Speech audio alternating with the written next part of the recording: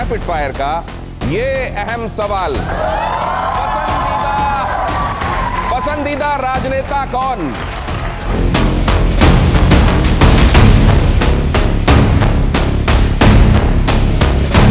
मुझे अभी भी इस देश में रहना है। मैंने आपकी मर्जी, आप क्या इंटरप्रेट करें, मुझे इस देश में रहना है। ಜಗತ್ತಿನಲ್ಲಿ ಎಪ್ಸ್ಟೈನ್ ಫೈಲ್ದು ಸಿಕ್ಕಾಪಟ್ಟೆ ಸುದ್ದಿ. ಟ್ರಂಪಿಂದ ಹಿಡಿದು ಮೋದಿಯವರೆಗೂ ಅನೇಕ ರೀತಿಯ ಚರ್ಚೆಗಳು, ವಿಮರ್ಶೆಗಳು. ಈ ಹಂತದಲ್ಲಿ ನಟಿ ತಾಪ್ಸಿ ಅವರು ಕೊಟ್ಟಂತಹ ಒಂದೇ ಒಂದು ಜರ್ಕು ನರೇಂದ್ರ ಮೋದಿಯವರ ಬಗ್ಗೆ ಇಡೀ ದೇಶದಲ್ಲಿ ದೊಡ್ಡ ಪ್ರಮಾಣದಲ್ಲಿ ಚರ್ಚೆ ಆಗ್ತಾ ಇದೆ. ಭಾರತದ ಸಂವಿಧಾನದಲ್ಲಿ, ಈ ಪ್ರಜಾಪ್ರಭುತ್ವ ವ್ಯವಸ್ಥೆಯಲ್ಲಿ ಯಾರು ಯಾವುದೇ ಹುದ್ದೆಯಲ್ಲಿರಲಿ ಆರೋಗ್ಯಕರವಾಗಿ ಟೀಕಿಸೋದು ಸರಿ ಇದೆ.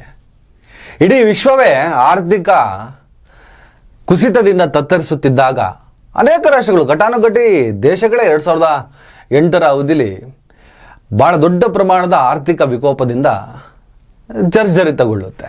ಈ ಸಂದರ್ಭದಲ್ಲಿ ಭಾರತ ದೇಶದ ಆರ್ಥಿಕತೆಯ ಮೇಲೆ ಅದರ ಪ್ರಭಾವ, ಒತ್ತಡಗಳು ಬೀಳದ ಹಾಗೆ, ಇಲ್ಲಿನ ಜನಸಾಮಾನ್ಯರಿಗೆ ಅದರ ಅರಿವೇ ಆಗದ ಹಾಗೆ ನೋಡಿಕೊಂಡಿದ್ದು ಆಗಿನ ನನ್ನ ದೇಶದ ಪ್ರಧಾನಿಯಾಗಿದ್ದ ದಿವಂಗತ ಮನಮೋಹನ್ ಸಿಂಗ್ ಅವರು. ಅಂತಹ ಮನಮೋಹನ್ ಸಿಂಗ್ ಅವರನ್ನೇ ಟೀಕಿಸುವಂತಹ ಕೆಟ್ಟ ಅವ್ಯವಸ್ಥೆಯಲ್ಲಿ ನಾವಿದ್ದೀವಿ. ಮಾತೇ ಆಡಿಲ್ಲ ಕೆಲಸ ಮಾಡಿದ್ರು, ಮಾತೇ ಆಡಿದ್ರು ಕೆಲಸನೇ ಮಾಡಿಲ್ಲ. ಈಗ ಪ್ರಧಾನಿ ನರೇಂದ್ರ ಮೋದಿ ಅವರು ವಿಶ್ವಗುರು ಅಂತೀರ. ಟ್ರಂಪ್ ದಿನ ಬೆಳಗ್ಗೆ ಲೇವಡಿ ಮಾಡ್ತಾ ಇದ್ರು ಕೂಡ ಭಾರತ ದೇಶದ ಆಡಳಿತವನ್ನ ತಾನೇ ನಡೆಸ್ತೀನಿ ಅಂತ ಹೇಳ್ಬಿಟ್ಟು ಟ್ರಂಪ್ ಬಿಲ್ಡಪ್ ಕೊಡ್ಕೊಂಡು ಸ್ಟೇಟ್ಮೆಂಟ್ ಕೊಡ್ತಾ ಇದ್ರು ಕೂಡ ಅದಕ್ಕೆ ಪ್ರತಿಕ್ರಿಯೆ ನೀಡದಷ್ಟು, ತೀರಾ ಎಪ್ಸ್ಟೈನ್ ಫೈಲ್ ಪ್ರಕಾರ ಇಸ್ರೇಲ್ ಪ್ರಧಾನಿಯನ್ನ ಖುಷಿಪಡಿಸೋದಕ್ಕೆ ಡ್ಯಾನ್ಸ್ ಮಾಡಿದ್ರು ಅನ್ನುವಂಥ ಆರೋಪಗಳನ್ನು ಹೊತ್ಕೊಂಡ್ರೂ ಕೂಡ ಅದಕ್ಕೆ ಪ್ರತಿಕ್ರಿಯೆ ನೀಡದಷ್ಟು ಭಾಳ ಬಲಿಷ್ಠವಾಗಿದ್ದಾರೆ ನಮ್ಮ ವಿಶ್ವಗುರು. ಮೊನ್ನೆ ಸುಪ್ರೀಂ ಕೋರ್ಟ್ ಹೇಳ್ತು, ಯಾವುದೇ ಹುದ್ದೆಯಲ್ಲಿರಲಿ, ಪ್ರಧಾನಿ ಆಗಲಿ ರಾಷ್ಟ್ರಪತಿ ಆಗಲಿ, ಯಾವುದೇ ಹುದ್ದೆಯಲ್ಲಿದ್ದರೂ ಅವ್ರನ್ನ ಟೀಕಿಸ್ಬೋದು, ಆದರೆ ಆರೋಗ್ಯಕರವಾದಂತಹ ಟೀಕೆ ಇರಬೇಕು. ಬೇಕಾಬಿಟ್ಟು ಬಾಯಿಗೆ ಬಂದಂಗೆ ಬೈದ್ರೆ ಅದನ್ನು ನಾವು ಒಪ್ಕೊಳ್ಳಲ್ಲ, ಯಾರೂ ಒಪ್ಕೋಬಾರ್ದು.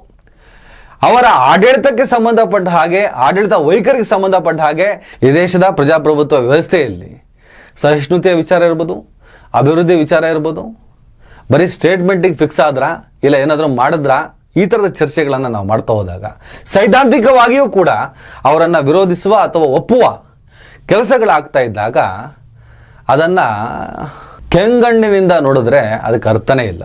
ಟಿವಿನ ಒಂದು ಕಾರ್ಯಕ್ರಮ, LED ಸ್ಕ್ರೀನ್ ಮೇಲೆ ರಾಹುಲ್ ಗಾಂಧಿ ಮತ್ತು ಮೋದಿಯವರ ಫೋಟೋ ಪ್ರದರ್ಶನ ಆಗುತ್ತೆ.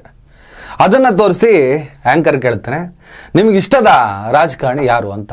ತಾಪ್ಸಿ ಸೀದಾ ಹೋಗ್ತಾರೆ, ಮೋದಿಯವರಿಗೆ ದೊಡ್ಡ ನಮಸ್ಕಾರ ಆಗ್ತಾರೆ, ನಾನಿನ್ನೂ ಈ ದೇಶದಲ್ಲಿ ಇರಬೇಕು ಅನ್ನೋ ಸ್ಟೇಟ್ಮೆಂಟ್ ಕೊಡ್ತಾರೆ. ಭಾಳ ದೊಡ್ಡ ಸ್ಟೇಟ್ಮೆಂಟ್ ಇದು. रैपिड फायर का ये अहम सवाल, पसंदीदा राजनेता कौन?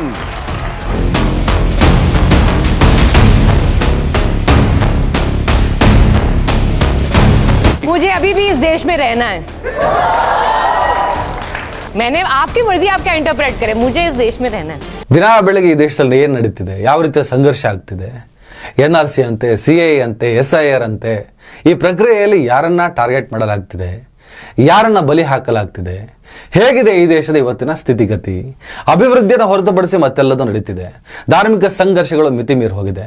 ಧಾರ್ಮಿಕ ಸಂಘರ್ಷಗಳನ್ನ ಪ್ರಚೋದಿಸುವಂತಹ, ಜೀವಂತವಾಗಿಡುವಂಥ ಕೆಲಸವನ್ನ ನರೇಂದ್ರ ಮೋದಿ ಅವರು ಪ್ರತಿನಿಧಿಸುತ್ತಿರುವ BJP ಪಕ್ಷದವರು ಮಾಡ್ತಾ ಇದ್ದಾರೆ. ನಿರಂತರವಾಗಿ ಹೇಟ್ರೆಡ್ ಪಾಲಿಟಿಕ್ಸ್ನ ಅವ್ರು ಮಾಡ್ತಾನೇ ಇದ್ದಾರೆ. ಇದಕ್ಕೆ ನಾನು ಘಟನೆಗಳನ್ನೆಲ್ಲ ತಂದು ಉದಾಹರಣೆ ಕೊಟ್ಟು ನಿಮಗೆ ಬೋರ್ ಹೊಡಿಸೋದಕ್ಕಂತ ತಯಾರಿಲ್ಲ.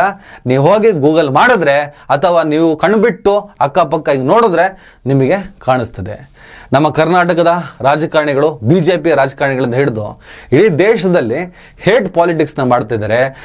ಧರ್ಮಗಳ ನಡುವೆ ಸಂಘರ್ಷವನ್ನ ಜೀವಂತವಾಗಿಡುವ ಮೂಲಕ ಸದಾ ಅಧಿಕಾರದಲ್ಲಿರೋದಕ್ಕೆ ಅವರು ತಂತ್ರವನ್ನು ಮಾಡ್ತಿದ್ದಾರೆ. ಒಡೆದಾಳುವ ನೀತಿಯಿಂದ ದೇಶ ಸರ್ವನಾಶ ಆಗ್ತದೆ ಅನ್ನುವಂಥ ಆತಂಕದಿಂದ ಯಾವಾಗಲೂ ನಾವು ಮಾತಾಡ್ತಾ ಇರ್ತೀವಿ. ಹಾಗೆ ನಟಿ ತಾಪ್ಸಿ ಪನ್ನು ನಾನಿನ್ನೂ ಈ ದೇಶದಲ್ಲಿ ಇರಬೇಕಾಗಿದೆ ಅಂತ ಈ ದೇಶದ ಈಗಿನ ವಾಸ್ತವ ಸ್ಥಿತಿಯನ್ನು ಉಲ್ಲೇಖಿಸಿ ಆ ಸ್ಟೇಟ್ಮೆಂಟ್ನ ಕೊಟ್ಟಿದ್ದು ಇವತ್ತು ವೈರಲ್ ಆಗ್ತಿದೆ.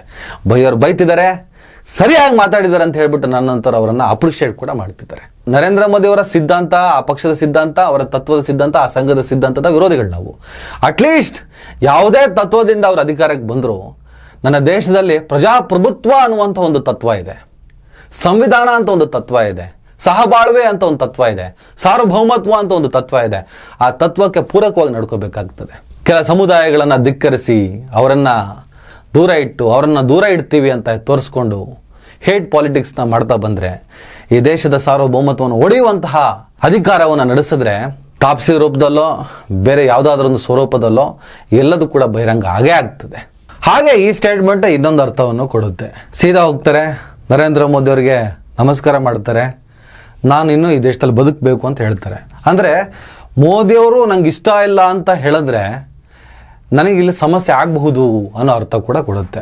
ಒಂದು ವೇಳೆ ನನಗೆ ರಾಹುಲ್ ಗಾಂಧಿ ಇಷ್ಟ, ಮೋದಿ ಇಷ್ಟ ಇಲ್ಲ ಅಂತ ಹೇಳಿದ್ರೆ ಯಾವುದೇ ಕಾರಣಕ್ಕೂ ಈ ವ್ಯವಸ್ಥೆ ನನ್ನನ್ನು ಬದುಕಕ್ಕೆ ಬಿಡಲ್ಲ, ಹಾಗಾಗಿ ನಾನು ಬದುಕಬೇಕಾಗಿದೆ ಈ ದೇಶದಲ್ಲಿ ಅನ್ನೋ ಸ್ಟೇಟ್ಮೆಂಟ್ ಕೂಡ ಇದಾಗಿರುತ್ತೆ ಅನ್ನುವಂಥ ಚರ್ಚೆ ನಡೀತಾ ಇದೆ.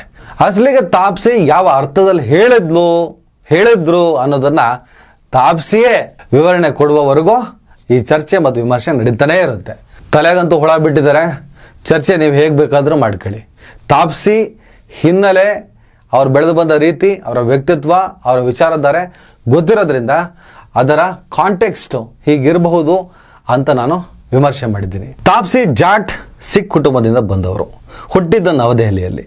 ಪಿಂಕ್, ನಾಮ್ ಶಬನ, ಬದಲಾ, ಸಾಂಡ್ಕಿ ಆಂಕ್, ತಪ್ಪಡ್, ರಶ್ಮಿ ರಾಕೆಟ್, ದಕ್ ದಕ್, ಕೇಲ್ ಕೇಲ್ ಮೇನ್ ಸೇರಿದಾಗೆ ಅನೇಕ ವಸ್ತುನಿಷ್ಠ ಚಿತ್ರಗಳಲ್ಲಿ ಅಭಿನಯಿಸಿದ್ದಾರೆ.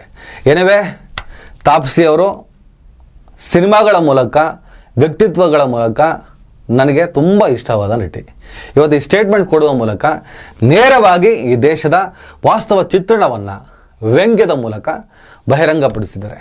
ಅವತ್ತು, ಇವತ್ತು, ನಾಳೆ ನಾನು ಯಾವತ್ತೂ ತಾಪ್ಸಿ ಅಂತಹ ನೇರ, ದಿಟ್ಟ, ನಿರಂತರದ ಕಡೆ ಇದ್ದೇ ಇರ್ತೀವಿ. ನಮಸ್ಕಾರ. ದಯವಿಟ್ಟು ಎಲ್ಲರೂ ಈ ಚಾನಲ್ನ ಸಬ್ಸ್ಕ್ರೈಬ್ ಮಾಡಿ. ನಿಮ್ಗೆ ಇಷ್ಟ ಆದರೆ ಈ ಚಾನಲ್ಗೆ ಜಾಯ್ನ್ ಆಗಿ. ಈ ವಿಡಿಯೋ ಇಷ್ಟ ಆದರೆ ದಯವಿಟ್ಟು ಎಲ್ಲರೂ ಶೇರ್ ಮಾಡಿ. ಸ್ವತಂತ್ರ ಪತ್ರಿಕೋದ್ಯಮವನ್ನು ಬೆಂಬಲಿಸಿ. ನನ್ನ ಯುಕ್ತಿಗೆ ನಿಮ್ಮ ಶಕ್ತಿಯೇ ಶ್ರೀರಕ್ಷೆ.